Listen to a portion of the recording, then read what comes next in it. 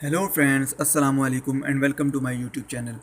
दोस्तों, आज मैं आपको पबजी गेम के बारे में बताऊंगा कि इसको किसने बनाया और इसे बनाने की ज़रूरत क्यों पेश आई। आपको ये जानकर हैरत होगी, इसे मशहूर ज़माना गेम को बनाने वाला कोई प्रोग्रामर नहीं था, सिर्फ वेब डिज़ाइनिंग और फोटोग्राफी के शोबे से मुंसलिक था। 2013 में जब तलाक के बाद ब्रेंडन ग्रीन ने अपना काम काज छोड़कर ब्राज़ील से वापस अपने मुल्क आयरलैंड आया, तो इसकी नज़र से कई पुरानी और फर्स्ट पर्सन शूटर गेमें गुजरी, जिनमें 2002 और 2003 में रिलीज़ की जाने वाली अमेरिकी आर्मी और delta force black harm down जैसी गेम सहरे फहरिस्त थी। एक मुश्किल रिश्ते से निजात पाने के बाद टाइम पास के लिए इसने एक मुतअद्दिद फर्स्ट पर्सन शूटर गेम खेली। वो जल्द ही इस गेम से बोर हो जाया करता था। फर्स्ट पर्सन शूटर गेम में यकसानियत का पहलू नुमाया था।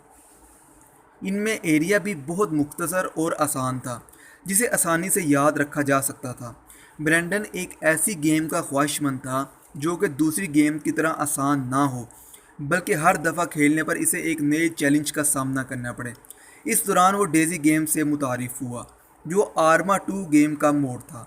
मोड ऐसी गेम को कहते हैं जो असल गेम में तब्दीली कर कर तख्लीक की जाती है। अगरचे ब्रेंडन कोई प्रोफेशनल प्रोग्रामर तो ना था, लेकिन इसने जावा स्क्रिप्ट की मदद से डेज़ी 2 गेम में मज़ीद तब्दीलियाँ करते हुए gaming community Daisy battle royale नामनी एक गेम रिलीज़ की, जिसे बहुत ज़्यादा पसंद किया गया। ब्रेंडन ने यह गेम सन 2000 में रिलीज़ होने वाली जापानी फ़िल्म बैटल रॉयल से मुतासिर होकर बनाई थी। इस फिल्म में जापानी हुकूमत BR एक्ट नामी एक कानून पास करती है, जिसके तहत मुल्क में बिगड़े हुए नौजवानों से छुटकारा पाने की खातिर एक प्रोग्राम शुरू किया जाता है। 42 स्टूडेंट से भरी एक बस को सरकारी सतह पर अगवा किया जाता है और इसको किसी एक वीरान जजीरे पर छोड़ दिया जाता है, और हर स्टूडेंट के गले में एक घड़ी जैसा हार डाल दिया जाता है, और उस मकसद को उनका बताना होता है कि वो मुकर्ररा वक्त से पहले जजीरे के महफूज इलाके में पहुँचें। अगर वो ना पहुँच सके तो उनकी मौत वाक़या हो जाएगी। BR एक्ट के तहत उनमें सिर्फ एक को ज़िंदा वापस जाने की इजाज़त होगी, और उनके पास एक दूसरे को मारने के लिए ज़्यादा से ज़्यादा 3 दिन हैं। अगर 3 दिन में उन्होंने एक दूसरे को ना मारा तो उनके गले में लगा हुआ हार उनको खुद ब खुद मार देगा।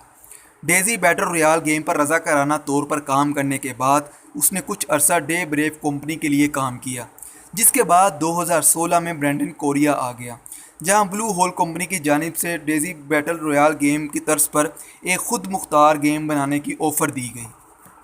यूँ मशहूर ज़माना पबजी गेम की शुरुआत हुई। ये गेम तकरीबन 1 साल में तख्लीक हुई तो पहले 3 दिनों में $1 करोड़ का बिज़नेस किया।